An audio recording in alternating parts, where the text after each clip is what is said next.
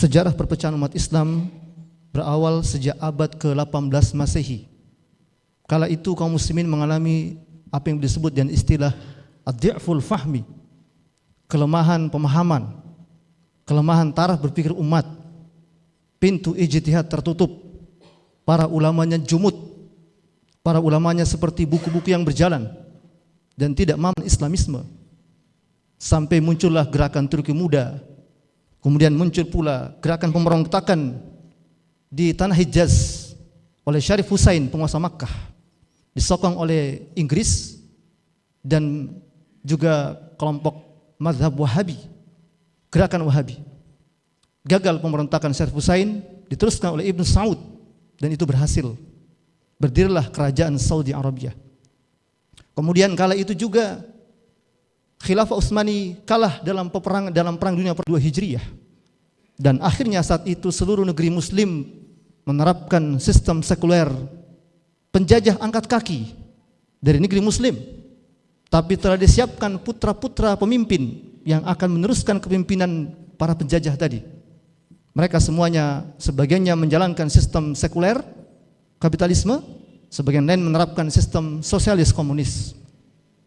Kemudian mereka juga masing-masing memiliki ikatan nasionalisme. Setiap negeri muslim mempedulikan atau hanya mementingkan kepentingan pribadi negeri mereka masing-masing. Akibatnya jamaah rahmatullah, negeri muslim terpecah menjadi lebih dari 50 negara-negara kecil. Konflik pun terjadi antara mereka. Kita berulang kali menyaksikan berita konflik Irak lawan Iran, Irak lawan Kuwait, kemudian Yaman lawan Saudi. Bagaimana Barat memprovokasi konflik di Sudan untuk pecah jadi dua negara, Sudan Selatan, Sudan Utara. Jamaah rahmatullah, terjadilah perpecahan di tengah-tengah kaum muslimin. Kemudian tidak hanya sampai di situ, kita menyaksikan kaum muslimin ditindas di berbagai negeri. Muslim Moro di Filipina, Muslim Rohingya di Myanmar, Muslim Patay di Thailand, Muslim Xinjiang di Cina. Mereka semua ditindas di negeri-negeri orang kafir dan tak ada satu negeri pun yang menolong mereka. Bahkan ketika Muslim Rohingya terdampar di perairan Aceh, warga di sana menolak mereka, jamaah rahimakumullah. Itulah fakta akibat terpecah belahnya umat Islam. Kemudian pada level akar rumput kita saksikan fanatisme mazhab kembali didengungkan, sehingga kaum muslimin sibuk perdebatan perkara-perkara furu'iyah yang itu sudah selesai pada eranya para ulama salaf terdahulu. Tapi itu dimunculkan kembali jamaah rahimakumullah. Perdebatan soal kunut, soal tahlilan, yasinan, terus kita lihat mengemuka di kalangan para ulama. Para ulamanya sibuk perdebat masalah itu. Mereka lupa bahwa penjajah sudah menghunus pedang pada mereka. Mereka lupa bahwa penjajah sudah mengarahkan senjata moncong-moncongnya ke negeri mereka. Mereka sibuk berdebat soal perkara-perkara furu'iyah.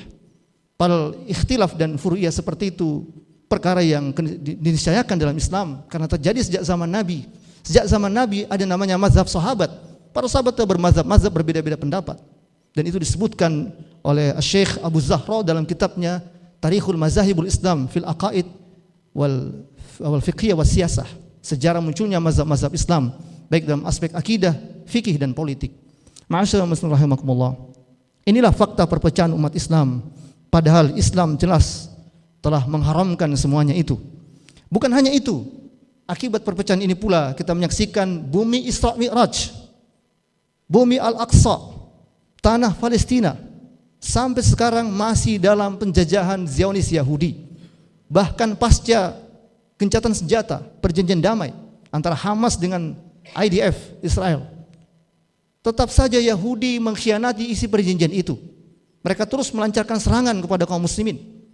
Korban berjatuhan tercatat 400 lebih kaum muslimin gugur sebagai syuhada selama masa gencatan senjata itu, jamaah rahimakumullah. Tapi lagi-lagi kemana kaum muslimin? Aina muslimun?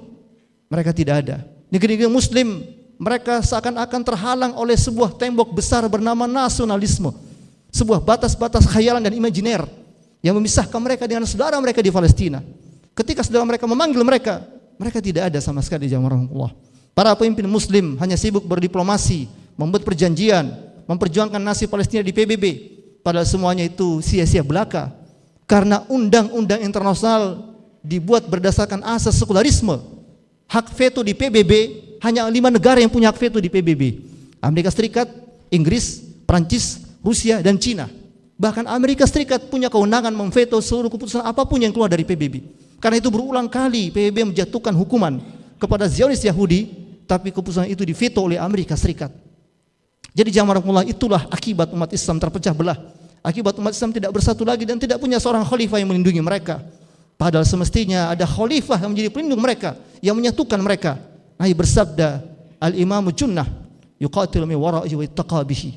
Imam itu laksana perisai, kaum muslimin berperang di belakangnya dan menjadikannya sebagai pelindung. Ma'asyiral muslimin rahimakumullah, ingat sejarah pada masa silam ketika seorang wanita muslimah di Amuriyah dilecehkan oleh seorang tentara Romawi saat itu. Maka sang wanita berteriak mencari khalifah, ainal mu'tasim billah. Khalifah mu'tasim billah memenuhi panggilan wanita itu. Dia mengirimkan pasukan jihad fisabilillah untuk menghancurkan Romawi. Yang pasukannya saat itu kepalanya sudah ada di Amuriyah, jantung kota Romawi, dan ekornya masih ada di Baghdad, ibu kota khilafah Abbasiyah pada saat itu, demi menolong seorang wanita muslimah. Karena saat itu kaum muslimin kuat, karena mereka bersatu, mereka tidak tercerai-berai, mereka tidak terpecah belah. Ma'asyiral muslimin rahimakumullah, padahal dalam Islam jelas Allah mewajibkan kaum muslimin bersatu. Allah melarang mereka bercerai-berai. Allah mengharamkan mereka berpecah belah. Allah berfirman, wa'tasimu bihablillahi jami'a wa la tafarraqu, dan berpegang teguhlah kalian ke tali agama Allah dan janganlah kalian bercerai-berai. Begitu juga Allah Subhanahu wa taala telah mengikat kaum muslimin dengan satu rabithah, satu ikatan, yakni ikatan akidah Islam.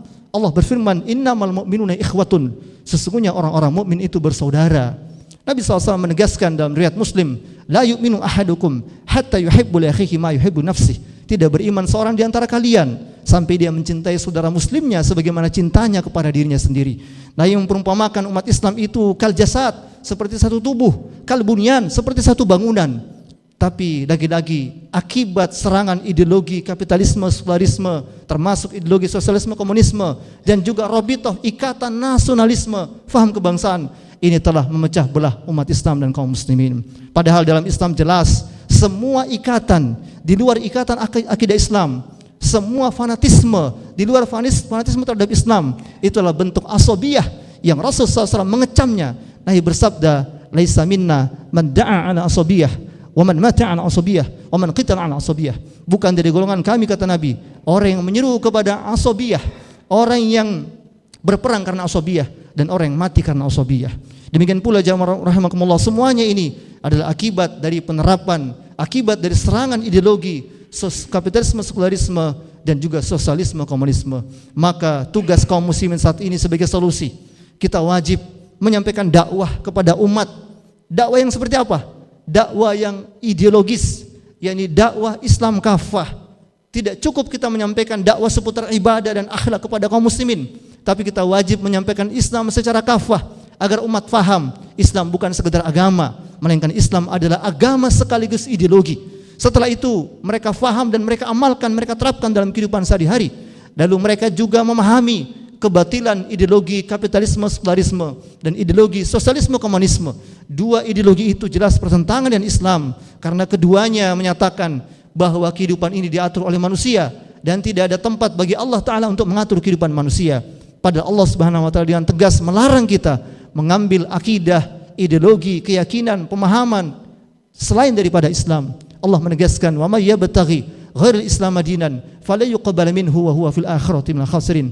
Dan barang siapa yang mencari agama, keyakinan, ideologi selain daripada dinul Islam, kata Allah, sekali-kali tidak akan diterima di sisi Allah, dan di akhirat nanti mereka tergolong ke dalam golongan orang-orang yang merugi.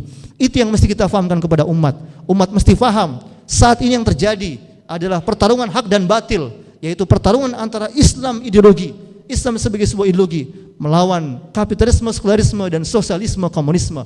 Umat mesti faham itu, dan umat mesti jelas posisinya di mana, agar mereka tidak mengatasnamakan Islam, tapi faktanya mereka menjadi kaki tangan, mereka menjadi pengikut ideologi kapitalisme, sekularisme, maupun ideologi sosialisme, komunisme. Setelah itu umat kita serukan untuk agar mereka segera bersatu, agar mereka segera bersatu padu, agar mereka segera bersama-sama memperjuangkan kembalinya khilafah Islamiyah, karena itulah salah satunya institusi yang mampu menyatukan kaum muslimin dari Merauke hingga Maroko, menyatukan mereka di bawah kepemimpinan seorang khalifah yang dengannya insyaallah diterapkan syariat Islam secara kafah dan disebarluaskan Islam sehingga Islam betul-betul hadir sebagai rahmatan lil alamin.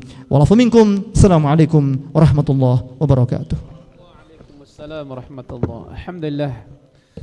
Jazakumullah khair kepada